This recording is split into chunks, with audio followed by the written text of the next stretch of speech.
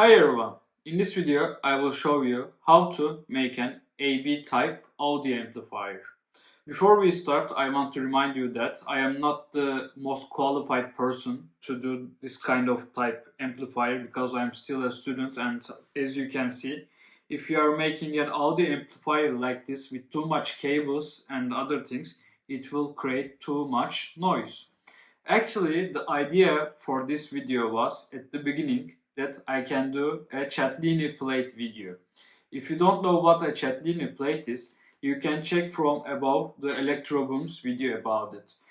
I bought this speaker from the second-hand shop. I didn't know the specifics or how good was that, but I actually tried to do this Chatlini plate video. But the problem was that even though I can get the sine waves through the amplifier to the output speaker, I never got enough high quality audio output so that I can drive my speaker in a much higher power. Because I was always going with lower power, I couldn't get enough vibration to show you the effects of Chatlini plate. So I decided to at least show my circuit, how does it work, because it's not just a Class A amplifier, it's a Class AB, which means there is NPN transistor and there's also a PNP transistor. And I also want to remind you that this circuit, I made it more specified to get a higher output, and I will show you at the end as well. When I'm doing a sine wave generator, like through my phone as audio input, it has a much lower noise, like the distortion of the sine wave is low. But for example, if I open a YouTube video or something like that, the distortion of the audio output is so high that it's actually not that useful. So let's start. So this is my circuits. As you can see, I have audio input, then two capacitors. These two parallel capacitors block DC and let AC current, AC go through. Then I have a voltage divider with 4.7 kilo ohms for the basis of our transistors.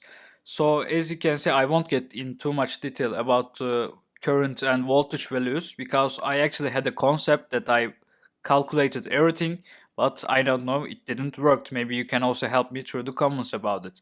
Then I have on upper side a PNP and at the bottom an NPN transistor, and I also have a one more capacitor for my audio output, so I can block my DC again and let AC current go through. At the end you can in red circle see a capacitor. I actually didn't put that in my circuit because I don't know, it didn't work, but maybe for your circuit it can be useful as well. So you can already hear the noises of my audio output. When I start, you can hear it in low frequencies. It doesn't work that well. When I go higher, you can hear that audio output is much more clear. And let's stop. I will increase the power of it.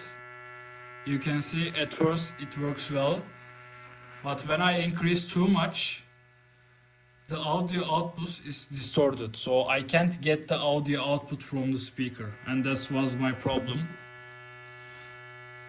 And let's hear in higher frequencies.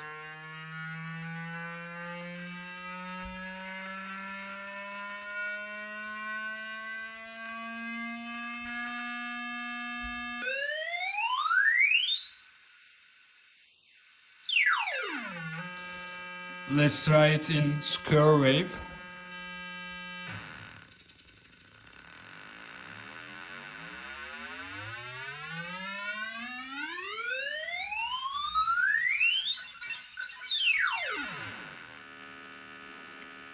And also sawtooth.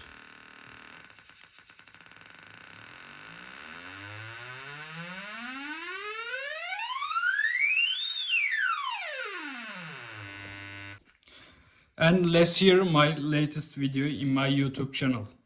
Hi, in this video I will show you how to create free energy. I'm just kidding. I will show you how to make energy harvesting. So as you can see, even though I tried everything, I couldn't get enough output power without a reasonable distortion with my audio input. I think instead of transistors, I need MOSFETs for higher switches capabilities without distortion. But because I don't have that much money, I couldn't buy a MOSFET for that.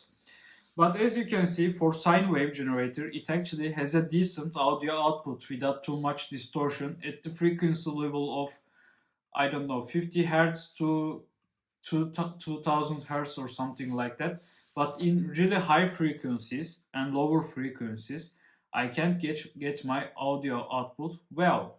And also for the videos part, because there are too much variety of different frequencies. For example, if I use a sine wave, it's like a solid, it's not changing that much. But in a video, as you can see, there are higher and lower frequencies all along, so I can't get a good audio quality from my speaker.